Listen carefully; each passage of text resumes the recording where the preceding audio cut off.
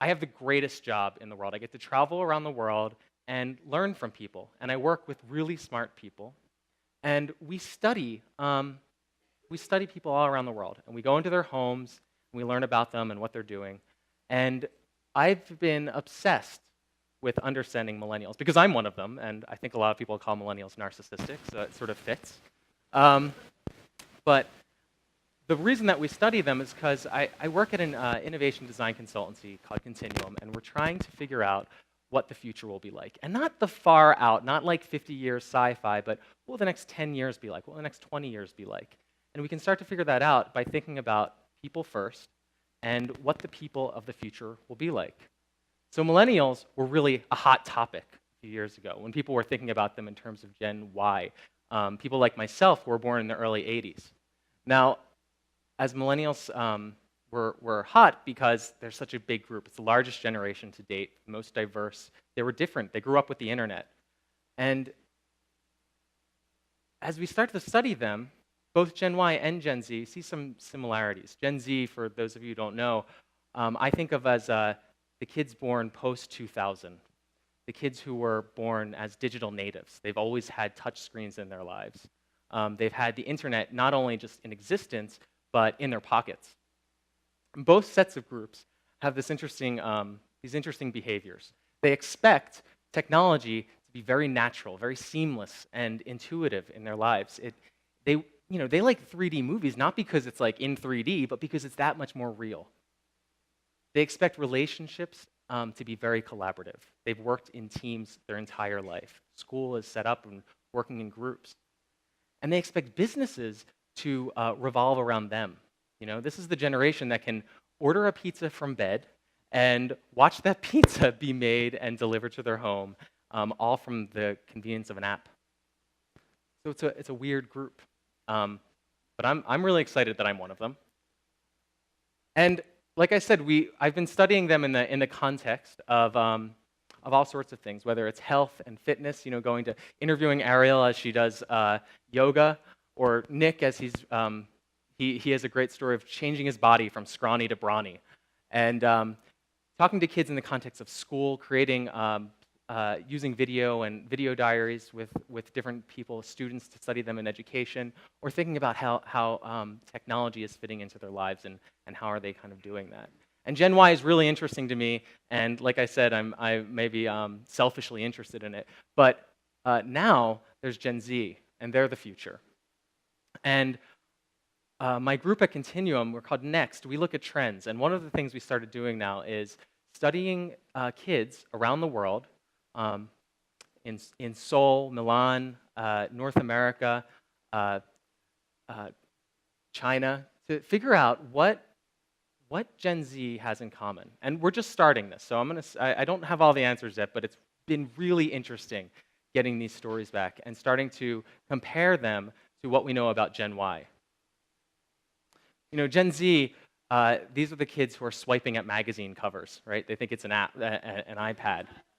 They have instinctual interactions with technology. And they're growing up in this world that's very data-driven and hyper-personalized. Everything can be measured. You can watch your child sleep and get their sleep patterns. They're customizing and creating worlds. They're building them. Something like Minecraft is so exciting for kids. They can go in, they can collaborate with each other, they can create something out of nothing and follow their own rules in that world. And there's no distinction between online and IRL. Being in real life or being online. Those things are neither here nor there. It's just part of their world. It's not like a weird thing. They don't go into the internet. You just take out your phone and use your phone. So, like I said, I think my understanding of Gen Z is in progress, and one of the reasons why I say that is because they're still young. So sometimes when you're talking to the kids at this age, we're looking at 15 and younger, they can still parrot some of what their parents are telling them. But when you start to listen to the stories and what's fun to them, what's exciting, you get some interesting insights. If Y was about experiences, these kids, Gen Y was seeking things. They wanted to find something. But Gen Z, we're seeing much more of this creative attitude where the enjoyment that they're getting out of experiences is more in the process of creating it. Something like Minecraft is a good example of that. Gen Y had access to everything. And when you have access to everything, you have this feeling of FOMO, right? Like you have this fear of missing out because you know that all this stuff is happening and you're not doing something. But Gen Z seems a little bit more certain. They make a choice and they go down that path. They know that the future is coming. They're a little bit more realist. And it kind of connects to this, we hear the word entitled being thrown around a lot with Gen Y, but they grew up kind of like spoiled. They grew up when cash was around, like people had money and people thought they were going to have money in the future. But Gen Z are already exhibiting a little bit more responsible attitudes. In our interviews with kids, I don't even ask them about money, and they bring it up. They start talking to me about retirement, and they're 15. I'm 32, and I'm not thinking about retirement, and I should be. But they saw their parents and their older siblings struggle with the recession, and it's changed their mindset a little bit. Gen Y looks at online and going online as framing themselves. I can be my best self online. But with Gen Z, this idea of like no filter keeps coming up. You look at celebrities like Lorde, and Lorde got so mad, tweeted when she found out that people had photoshopped the acne off of her face and put it in the media. She then tweeted a picture of herself unphotoshopped.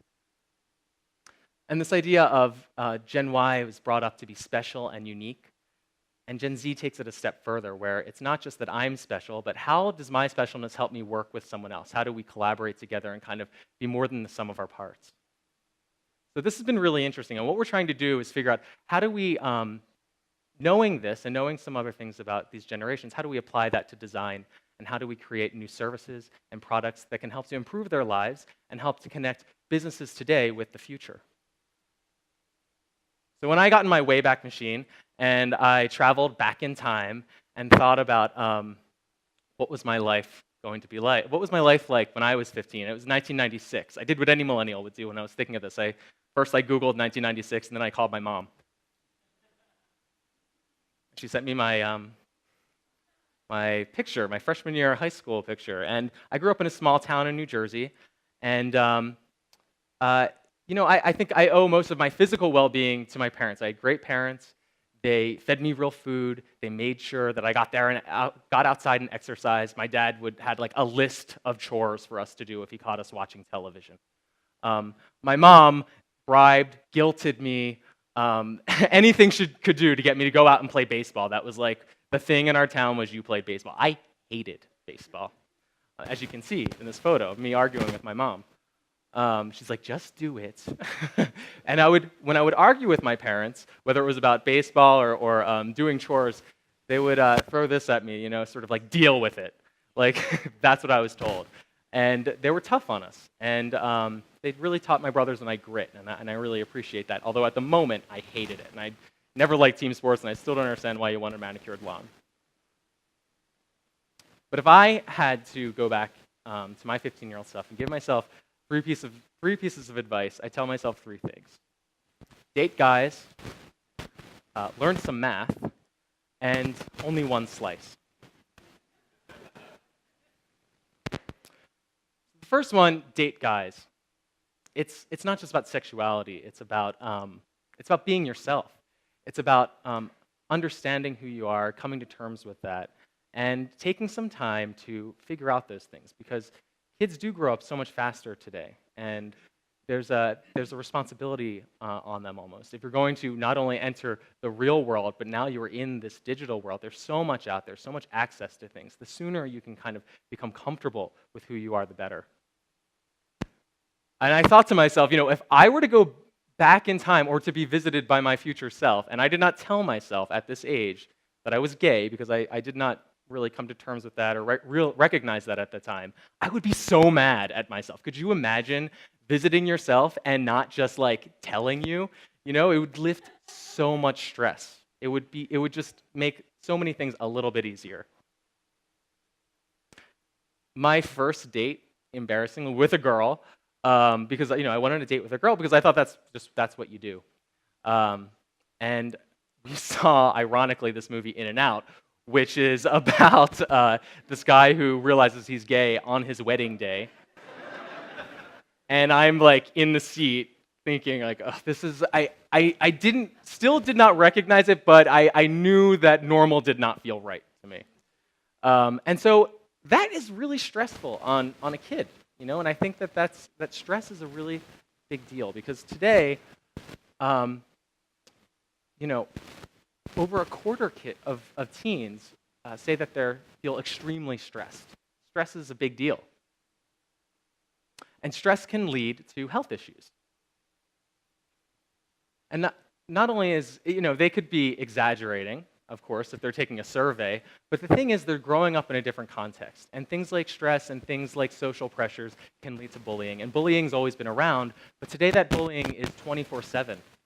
That once you leave the schoolyard, bullying doesn't stop. It happens on Facebook, it happens on Instagram, it's happening in all of these other platforms. So it's being expanded, and it's out there.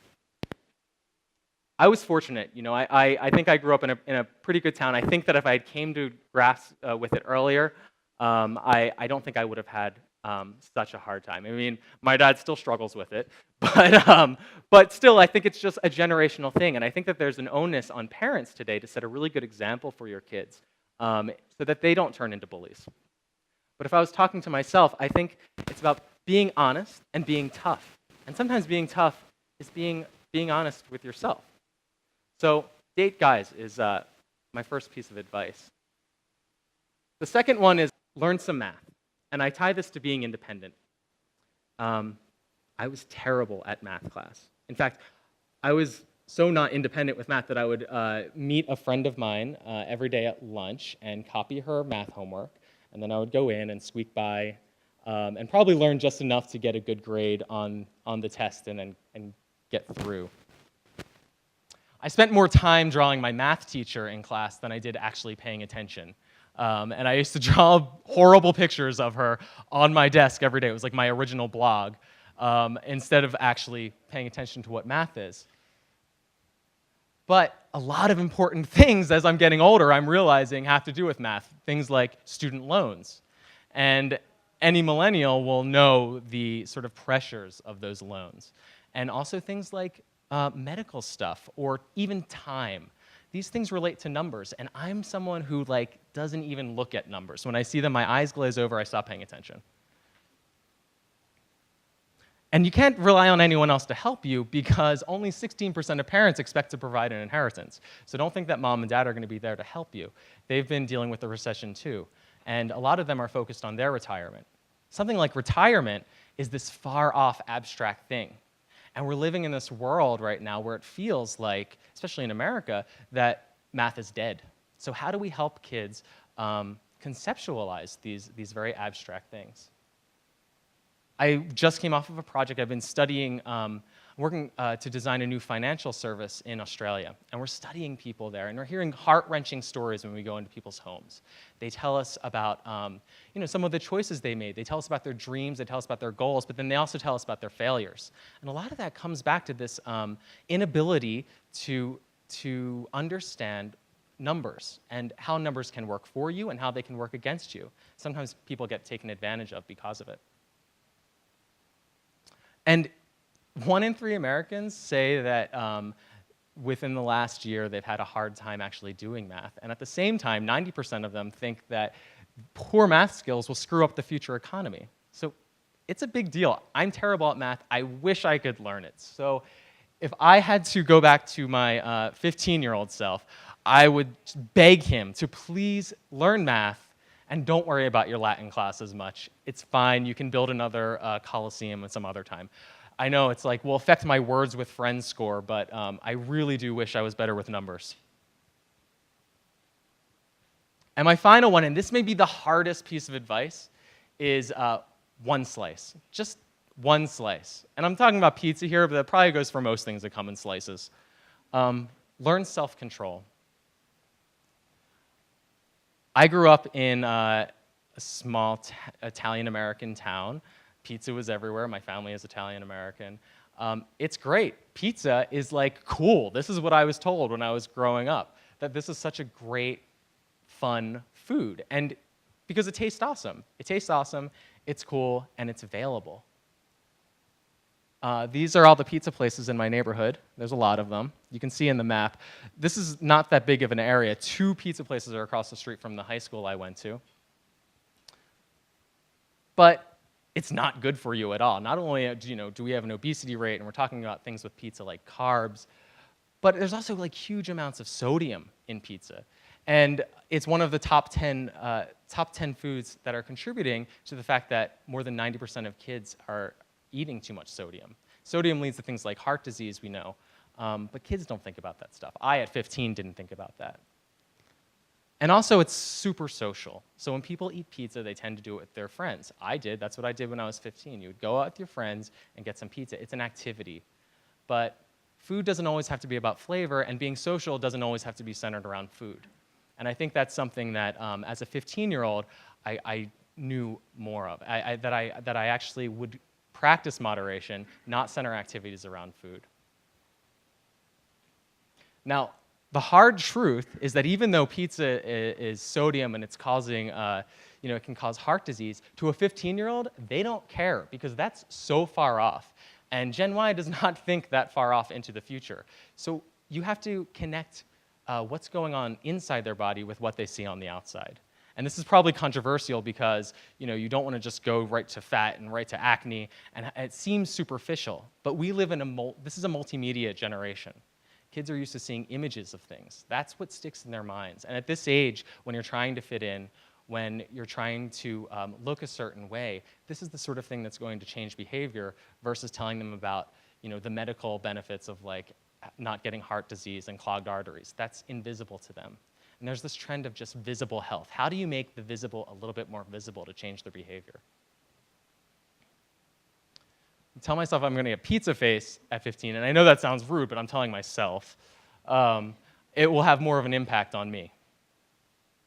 So date guys, learn some math, one slice of pizza. And I'm a millennial, so I'm chasing experiences.